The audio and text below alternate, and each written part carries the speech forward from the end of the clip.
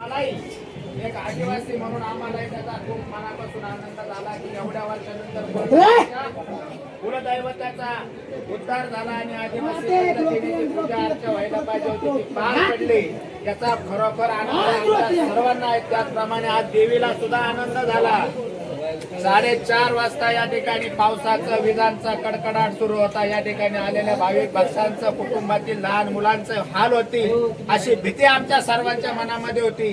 मात्र जी पूजा पद्धती आदिवासी पद्धतीने झाली आणि आमच्या आई येडू मातेने ती गारानं ऐकलं, निसर्गाने आमचं गारानं ऐकलं आणि पूजा पद्धतीला मान दिला आणि होणारी सगळी धावपळ, होणारा सगळा निसर्गाचा कोप थांबला आणि आदिवासीच्या आमची कुलदैवत असणाऱ्या येडू आईने आम्हाला आज खराखोर आशीर्वाद दिला. इथून पुढे प्रामाणिकपणे अख्ख्या आदिवासींना नमूद करू इच्छितो की या लबाड लाडक्यांच्या हातामध्ये देवस्थान होतं तर जोपर्यंत आपल्या देवस्थानाची विटंबना 10 वर्ष लोकांनी केली, आज कुठेतरी आमचं देवस्थान पवित्र झालं. ते पवित्र करण्यामागं त्या सर्व आदिवासी बंधू भगिनींचा सगळ्यात मोठा हातभार लागलेला आहे. याबद्दल मी आपल्या सर्वांचे आभार व्यक्त करेन. त्याच पद्धतीने या सगळ्या गोष्टी पुढे नेण्यासाठी, या गोष्टी आदिवासी दैवत आदिवासींच्या कब्जात येण्यासाठी आदिवासी बचाव कमिटी महाराष्ट्र राज्य यांनी जो काही प्रयत्न केला त्या प्रयत्नाला यश आलं त्याबद्दल मी आपल्या सगळ्यांचे मनापासून अभिनंदन करेल आणि कृतज्ञता व्यक्त करतो की ही लढाई आपण पूर्णपणे जिंकलेली आहे.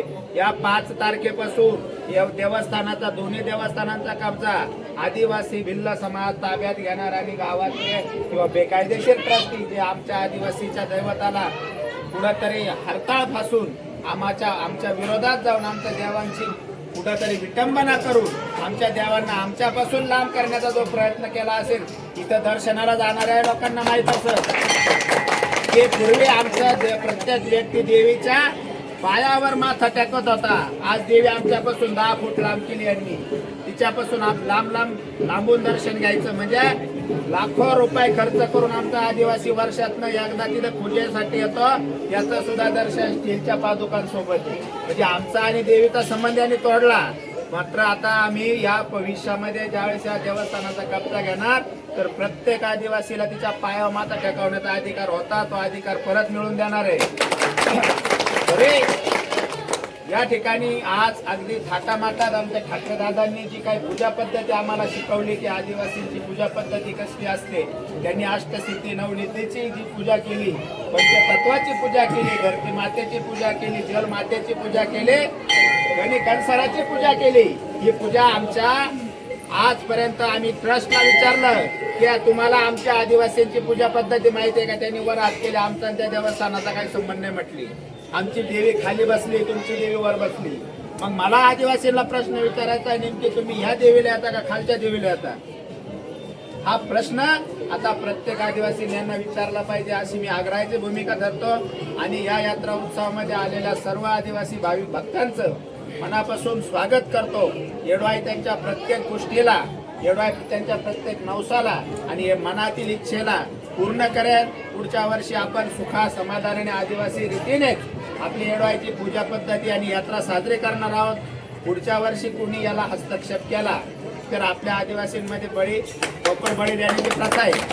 आमच्या देवस्थानाचा जर तुम्ही आता कुठंतरी विटंबना करणार असाल, कुठंतरी तिला बदनाम करणार असाल तर आता बोकड कापण्याऐवजी तुमचा बळी पहिला दिला जाईल. मात्र यात्रा आता इथून पुढे कोणाच्या ताब्यात दिली जाणार नाही. एवढं बोलतो, थांबतो. जय येडू माता की जय, येडू माता की जय,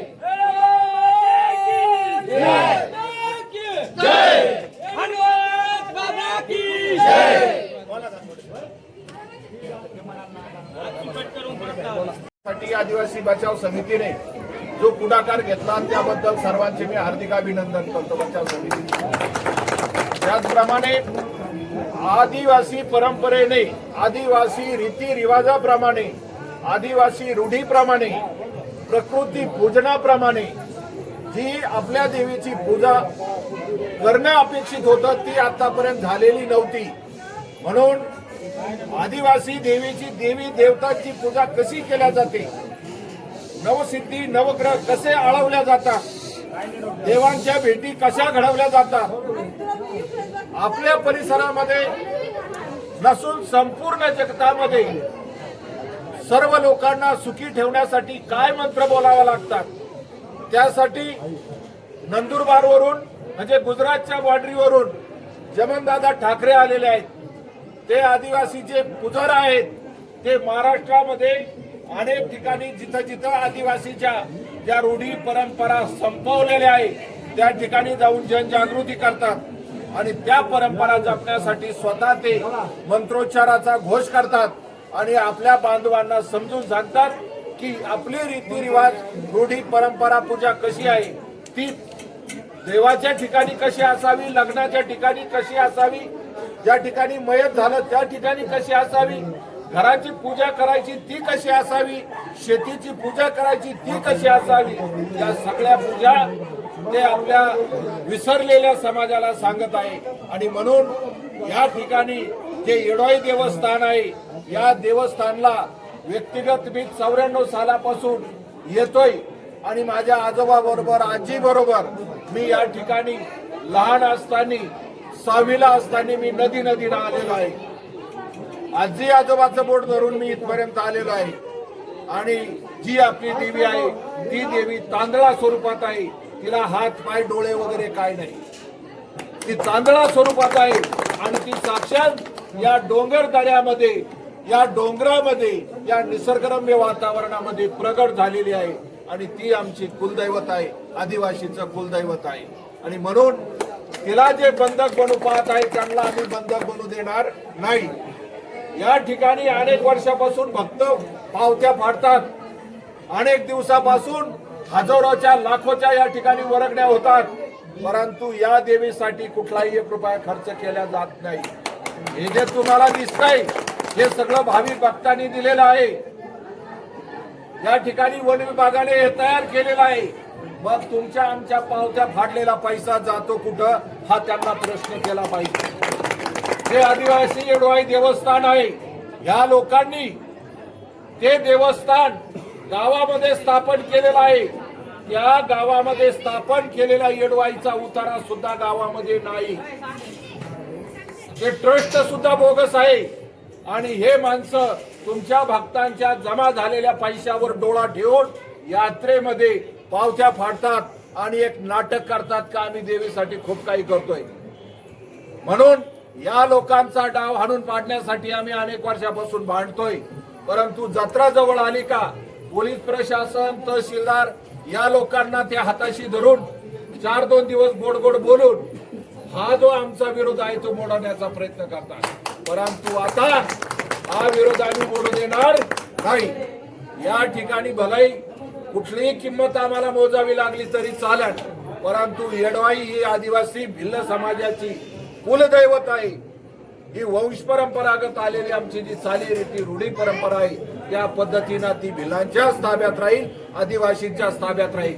आणि म्हणून येडू माता की म्हणून या ठिकाणी मोठ्या प्रमाणात जनजागृती करण्यासाठी अन्नदान कमिटीने पूर्ण 2-3 जिल्ह्यामध्ये भ्रमण केलं आणि लोकांना सांगितलं की आपलं कुलदैवत येडोई पिंपळदरीला आहे आणि त्या पिंपळदरीला जाऊन तुम्ही दर्शन घेतलं पाहिजे. म्हणून माझी पुन्हा एकदा तुम्हाला सर्वांना विनंती आहे का या लोकांचा डाव इथं जमा होणाऱ्या पैशावर आहे. दुकानं लागलेले आहेत, 200-200 रुपये फुटाने दुकानं लावलेले आहे. मग तुम्ही जागा मोजा, कोणाला 10,000 आहे, कोणाला 15,000, कोणाला 6,000, कोणाला 2,000 अशी वर्गणी केलेली आहे. तुम्ही दुकानावर चक्रा मारा का तुमची पावती किती फाडलेली आहे. या ठिकाणी 5-50 लाख रुपये जमा करून या ठिकाणी हे जे बोगस ट्रस्ट आहे हे बोगस ट्रस्ट त्या निधीचा स्वतःच्या कुटुंबासाठी वापर करतात. देवीसाठी 1 रुपया 1 फुल सुद्धा इथं आणत नाही. त्यांचा इथं कुठलाही अधिकार नाही. हे फॉरेस्ट आहे. या फॉरेस्ट मध्ये त्या संस्थेचा त्या ट्रस्टचा कुठलाही अधिकार नाही. आणि म्हणून तुम्ही आम्ही जागृत झालं पाहिजे. या माध्यमातून मी सांगू इच्छितो की सर्व समाजाने जागृत झालं पाहिजे आणि जे बोगस ट्रस्ट आहे यांना यांच्या पावत्या फाडल्या नाही पाहिजे. आपल्या नातेवाईकांना सांगितलं पाहिजे की यांच्या पावत्या फाडू नका. जे काही दान करायचं आहे ते दान तुम्ही थांबवा. आम्ही या ठिकाणी जसं सप्तशृंगीला मंदिर झालेलं आहे तशा पद्धतीचं आम्ही या ठिकाणी मंदिर उभं करणार आहे. आणि या भागातून दर्शनाला रांग इकडं पायऱ्या करणार आहोत आणि इकडून वर चढवणार आहोत. येणाऱ्या काळामध्ये जत्रा आपली वर असेल खाली नसेल, की जे लोक तुम्हाला राहण्यासाठी जागा देत नाही, वावरत जाण्यासाठी जागा असेल तर त्या रस्त्यामध्ये खड्डे खोदतात, पाणी सोडून देतात, म्हणजे तुम्ही गेलं नाही पाहिजे, म्हणजे तुम्हाला हरासमेंट करायची. या ठिकाणी पिढ्यानपिढ्या यात्रा भरते. पहिले 10-20 हजार येत होते लोक, आज या ठिकाणी 7-7, 8-8 लाख लोक येतात. ही जत्रा स्थायी आहे. येऊन दर्शन करून मागे जाण्याची जत्रा नाहीये. या ठिकाणी 5-5 दिवस लोक या ठिकाणी येऊन राहतात. इथं आमच्या महिलांना कपडे बदलायला स्नानगृह नाही, आंघोळी करायला. तसंच आमच्या महिलांना संडास बाथरूमला जायला कुठल्याही प्रकारची व्यवस्था केलेली नाही. हे सगळं दुर्दैवी आहे. या ठिकाणी जर आमचा कोणता माणूस नदीत बुडाला तर त्याला वाचवण्यासाठी या ठिकाणी कुठली व्यवस्था नाही. म्हणजे हे लोक फक्त आपल्याकडून पैसा वसूल करण्याच्या मार्गात आहे. आणि हे होऊ नये म्हणून मी तुम्हाला सगळ्यांना विनंती करतो का या येडवाईला आपल्या सर्वांच्या हृदयामध्ये कोरून ठेवा. आणि ही आपली कुलदैवत खूप मोठ्या प्रमाणामध्ये मोठ्या स्वरूपात करायची आहे. त्यासाठी आम्ही तुम्हाला पुढील काळामध्ये संपर्क करून तुमच्याकडून जी काही दान दक्षिणा आहे ती दान दक्षिणा घेऊन तुमचं नाव आम्ही इथं मंदिराला कोरून देऊ. म्हणून माझी विनंती आहे की कुठल्याही ट्रस्टची पावती फाडू नये, बोगस ट्रस्टची पावती फाडून त्यांना गब्बर करू नये ही तुम्हाला सगळ्यांना विनंती करतो. आणि या ठिकाणी आदिवासी रीतिरिवाजाप्रमाणे जी येडवाईची पूजा झालेली आहे ही पूजा अशीच अखंड चालू राहील. या ठिकाणी प्रल्हाद माळी म्हणून या ठिकाणी आपण पुजारा नेमलेले आहेत, ते या ठिकाणी कायमस्वरूपी राहतील. त्यांच्या कुटुंबामध्ये ती सेवा आहे. म्हणून आज या ठिकाणी सर्वांमध्ये आज घोषणा करतो की प्रल्हाद माळी हे आदिवासी कुलदैवत येडवाईची सेवा करण्यासाठी पुजारा म्हणून नियुक्त केलेले आहेत आणि त्याला सर्व कमिटीने सर्व समाजाने अनुमती दिलेली आहे. तरी पुन्हा एकदा या ठिकाणी जे काही बीडवरून अप्पासाहेब बर्डे कार्यकर्ते आहेत, सामाजिक कार्यकर्ते आहेत, दिलीप भाऊ बर्डे सामाजिक कार्यकर्ते आहेत, त्याचप्रमाणे आयरे साहेब आहेत, सैदात बर्डे साहेब आहेत, अनिल बर्डे साहेब आहेत, जमनदादा आहेत, आमचे बर्डे पाटील आहेत, अशा असंख्य कार्यकर्त्यांनी या ठिकाणी आपला बहुमोल वेळ दिला आणि ही यात्रा आदिवासी रीतिरिवाजाप्रमाणे सुरू केली. ही अखंड पुढे राहो अशी येडवाईचरणी प्रार्थना करतो. सर्वांचे मी हार्दिक अभिनंदन करतो. धन्यवाद.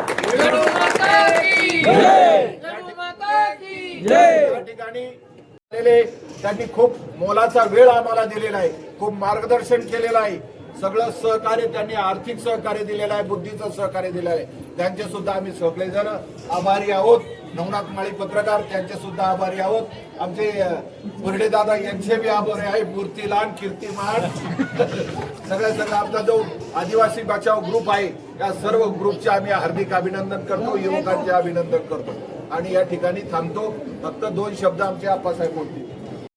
जे काही यात्रेसाठी आलेले आहेत आणि आमच्या दिलीप भाऊंनी जे काही मनोगत व्यक्त केले आणि आमच्या गांगुर्डे साहेबांनी जे काही मनोगत व्यक्त केले, या मनोगताला पूर्ण महाराष्ट्रच नाही तर पूर्ण देशभरातला आदिवासी सपोर्ट करेन अशी एक आशा बाळगतो आणि येणारे भाविकांचे आणि पूर्ण कार्यक्रमाचे आभार मानतो. जे आदिवासी